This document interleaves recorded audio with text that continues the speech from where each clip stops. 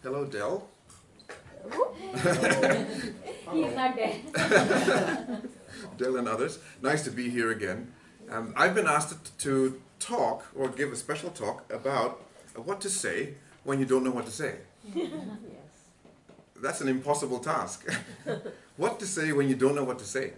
I want to ask you first, have you ever experienced that? Have you sat down and thought of, I'm going to prepare my next CC, and you don't know what to talk about? Who's been in that position? Because I want to know who I'm talking to today, okay? So I'll talk to you all, and if you've never been in that position, okay lah, you can listen. Yeah. And of course, it's not just limited to your CC projects. It's any speaking opportunity where you don't know what to say. What do you think actually is the biggest fear that a speaker has when they come up here? Do you think that it is, they call it stage fright? Yes, but what do you think the reason for the stage fright is? Awkward silence. So there's this awkward silence, which an awkward silence is the moment where you don't know what to say. Anybody afraid of that awkward silence, that don't know what to say moment? When you're standing up here, even though you're prepared. Actually, you know what? Imagine you've prepared. You've got your whole speech written out. There's still that fear that what will happen when you get up there. What fear is that? Forgotten. That you forget. And you know what happens when you forget even one word in the sequence? Then you can tell. You don't know what else to say next, right? It's a problem.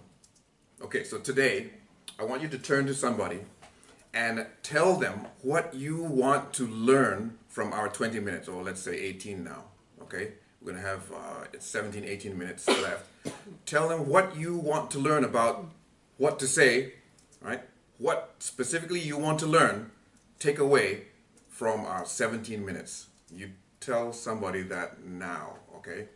So I want you to be clear about what you want to get from these next 17 minutes. Say. Easy. Cannot. What you want to learn? No idea. Not idea. I think I can. Sleepy. Cannot. Don't mind me what long. Oh, Very suitable for you. be able to No idea to say. CC3 start, CC4. 1 year already. Give me the excuse lazy. No Work no. excuse. Huh? Huh? Why you want to leave? Run away. How to escape Bob? Okay, let's see what we got. Who'd like to share what they want to learn from our next now 16 minutes? What they want to learn about what to say. Who'd want to share what they want to learn, what they want to say? Anybody? Yes. I would like to learn when sometimes we are prepared but we forgot about that, but how to proceed from that. That means the response, how to do the so-called the quick response to continue. Okay. So how not to be stuck. Yeah. What to say, how to respond when you do get stuck. Because guess what? In your speaking journey, will you get stuck? Yes. Yes. And you will get stuck, not at home, you get stuck here. Yes.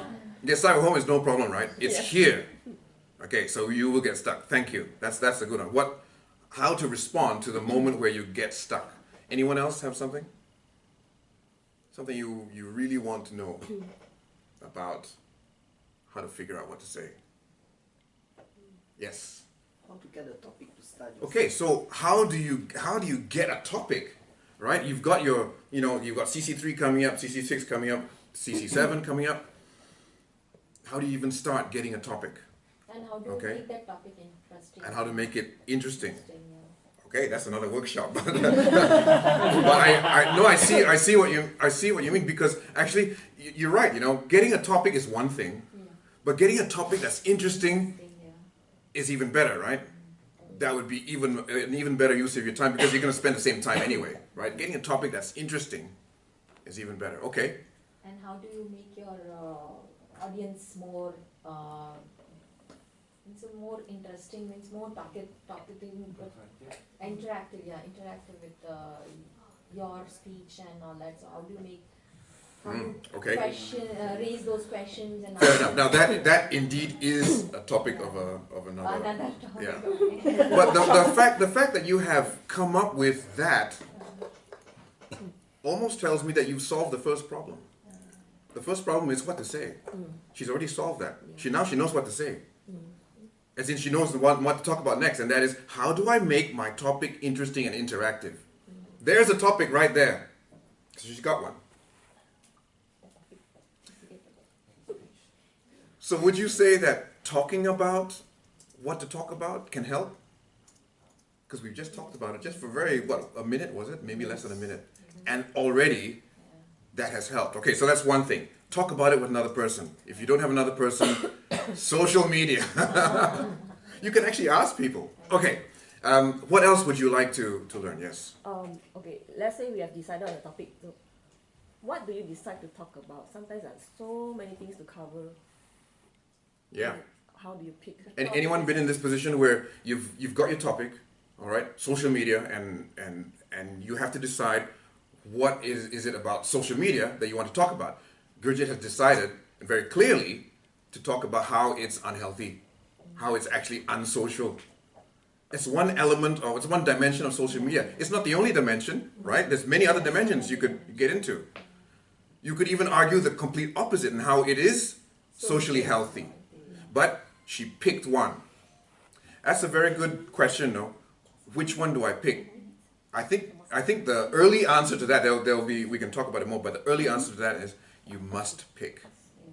You must pick from whatever you have. You must select, narrow down as quickly as you can. Otherwise, you will be in the paralysis of analysis. Too much to analyze, so you can't move. Big problem. Your 1,000-mile journey will never get started. Okay, anyone else got something they want to learn about how to pick a topic or how to find something to say? Okay, you know what's interesting? The things that you have brought up, I can actually add to that. Why? Because I never thought of the things that you thought of. I thought of a few other things. Would you like to know what I've thought of? Yes. Okay, I've thought of these because I've been through them myself. How many of you think that going through a problem yourself, a problem in life, right? Say a breakup of a relationship, okay? Let's just say a problem that perhaps everyone may face at some point. How many of you think that after going through that, you have something to say?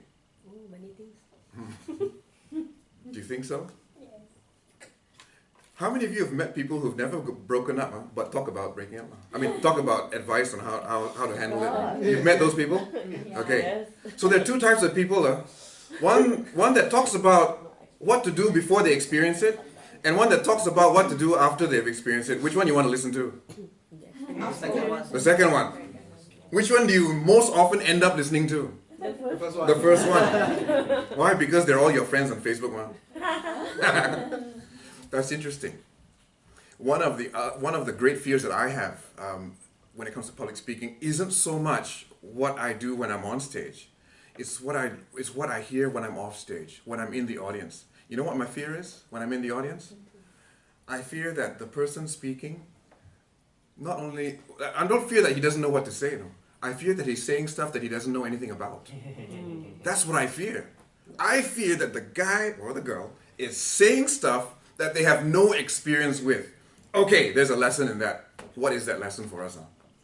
The speech will not be convincing. Now, what's the first lesson we must learn from what I just said about you want to listen to someone who has the experience rather than someone who doesn't have the experience? So what's the first lesson for you as a speaker? We should experience that. We should what? Experience. Okay. The experience, the personal experience, personal, right? Personal, not just read about it. I mean, you can talk about stuff that you read about, But the real deal is when you've experienced it yourself. You've gone through the shit. So you can talk about what's in it. That's the real deal. This is where you start to solve the problem of interesting. Because when someone's been through it, inherently, that's interesting. Even if they're not jumping up and down entertaining you, it's still interesting. Why? Because you can see the physical embodiment of that breakup or that whatever problem that they went through, right? The drug addiction or whatever it was. I always tell people, if you want to recover from a drug addiction, or drug addiction is the metaphor, right? It's a metaphor for problems in life. You want to recover from a drug addiction? Do you want to listen to a holy man who has never touched drugs in his life?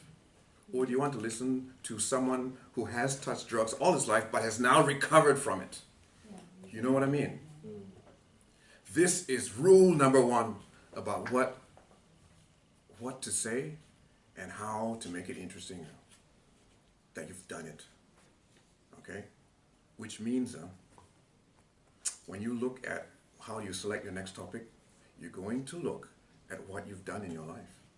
You've got to look there. Now, some of you are thinking, I don't have access to that information because I haven't done it. Haven't gone on the journey of 1,000 miles yet. What are you waiting for? You have to, You have to. You have to get into that relationship. Never mind if it screws up. That's my opinion. Never mind if it screws up. Know what not to screw up. Know what not to screw up. But the experience, go. Do. Just know what not to screw up. So guys, don't get a girl pregnant. Girls, don't get pregnant. It's simple. It's simple. I mean, we take morality out of it, okay? But just on the practical side, it's simple. Don't let that stop you from experiencing the kind of journey that human beings are meant to experience. You know what I'm saying? Many, many journeys are to experience. This topic is about journeys. It's what it is. The more journeys you have, the more stuff you have to talk about. I cannot shut up. I just can't shut up because I've been on more than a few journeys, really. And they're not happy journeys, I'm happy now, but the journey itself wasn't happy. It's okay, totally okay. Okay, so the first thing is get experiences, whether it be Breaking up with a girlfriend. Yeah, I'm gonna do CC3, so I gotta break up. So I started to talk about there's a plan. I mean, it's a plan, okay? Don't say I recommended the plan, but it's a plan. And for CC7, research a topic, get everybody to break up. Then you've got statistical data. It's a plan. But you get my point, right? If you haven't done it, then how can you talk about it? I mean, unless, of course, you've been assigned to talk about a particular subject. That's different. But when it's just off the cuff, or when you're asked to do a speech and not given a particular topic, but you have maybe a theme, journey could be a theme, right? So it could be you could talk about almost anything, really. So this brings me to the real secret, or what I like to call the password. The password to the database, where there's loads of stuff to talk about. Would you like to know the password to the database? Yes. First of all, I'll tell you what the database is. I just told you. Stuff that you've done in your life. That's the database.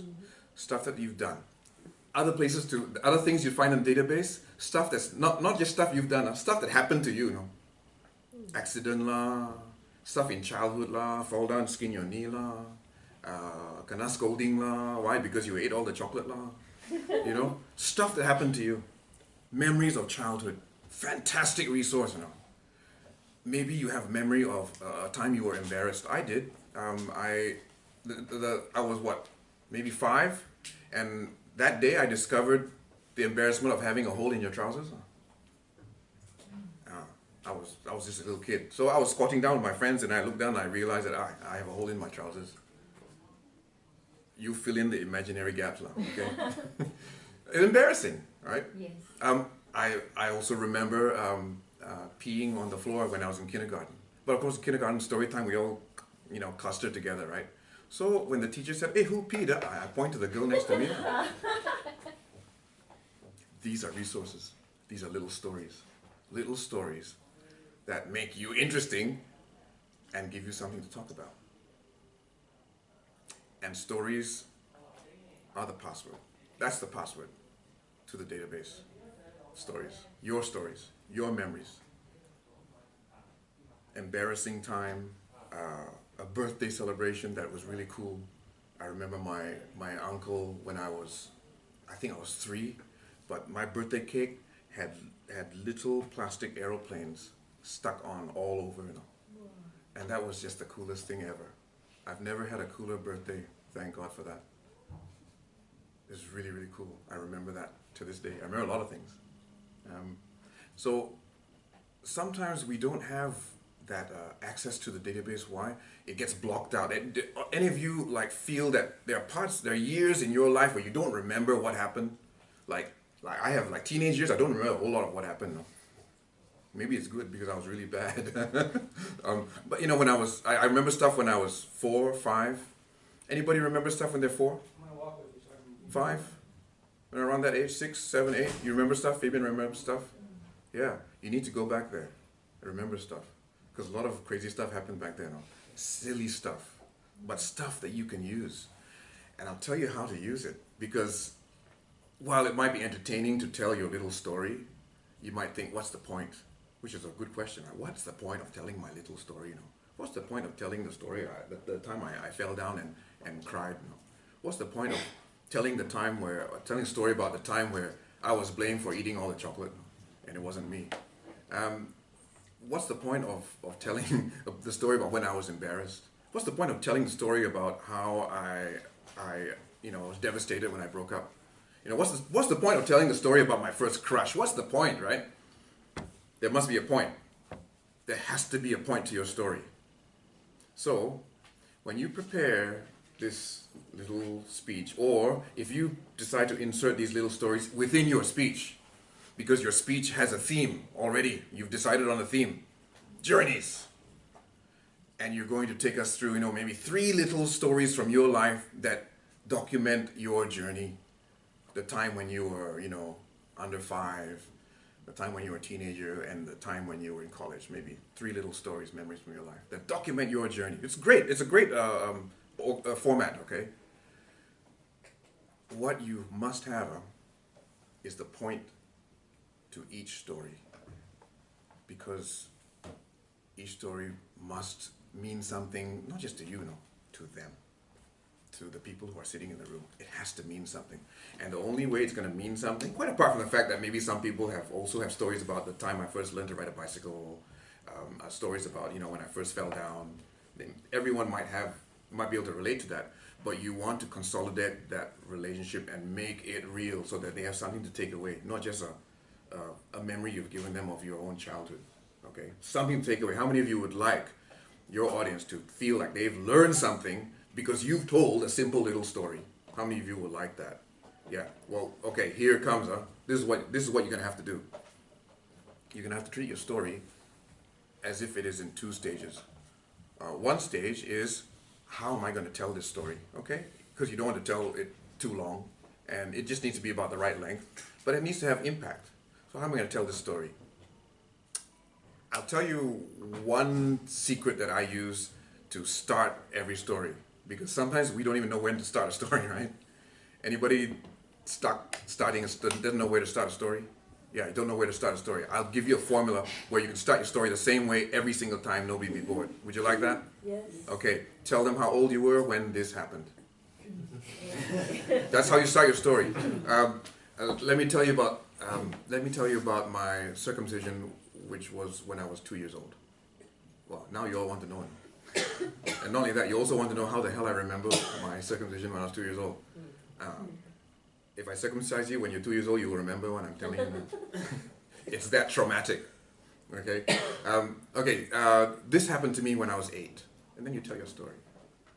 I was in college when, I had my first breakup. So I was in college sort of gives roughly your age, right? So that's what you want to do. You want to place yourself chronologically in people's heads. Why? Because, as I always say, your job as a speaker is to enter the imagination of your audience. Not expect them to come into your imagination. No, you enter theirs. Uninvited, never mind. Actually, you're standing here, you're invited already. No. You enter. The fastest way to enter is tell them how old you were. Straight away, picture in their head. They picture either, 5-year-old, 8-year-old, adult. They picture. Okay? So that's the first thing. Without you having to describe yourself, you just say how old you are. Okay, so that's how you start a story. Yeah? And then you plan your story a little bit and tell the juicy bits. And the second stage is the lesson, and this is the most important stage. What I learned from having experienced this. What I learned from traveling to Hong Kong last week. What I learned from falling down when I was 5 years old. This is the most important stage of your story. And of course, it then becomes the most important stage or stages of your speech. Because this is what people will take home, the lesson you learned. So you must figure out the lesson. I don't have time to tell you how to figure out the lesson, but you must ask yourself, what did I learn from this?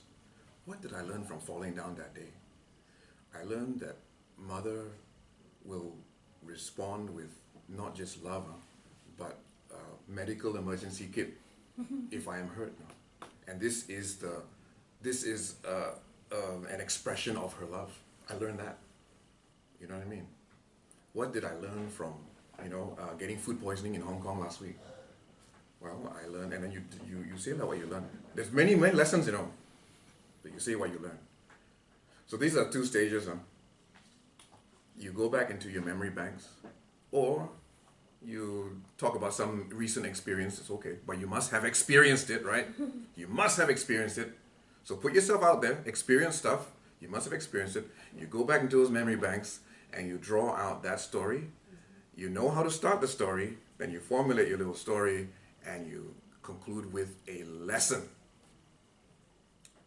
Because of da-da-da-da-da-da-da, I learned the most important word in the English language. The word why. That could be the lesson. Of course, I have to expound on that. Why is why the most important word? Because if you understand the why, you understand the purpose. You understand why people climb mountains. You understand why people go halfway across the world looking for love. If you understand the why, you will understand the purpose for all of these things. Things like that, okay? We've got the red light. No, red light means something. So maybe a question before I sit down. Any questions about how to figure out what to say, where to look? Have I answered the question about where do you look for what to say? Yeah, your own experiences. Yes. Any other questions or springboards that you have? There should be a part 2 for this. You know what people like to ask me at this point, after that, open up the idea that the stories, they usually ask, so how do I actually tell a story? Is that an important question? How do I tell a story? Have you ever sat through a story poorly told? Told too long? Never stop one? Were you the one doing it? Okay, you see what I'm saying? How to tell the story is actually really important, and it's usually one of the questions that comes up. That could be part 2. But anyway, I think I'm done. Thank you. Thank you.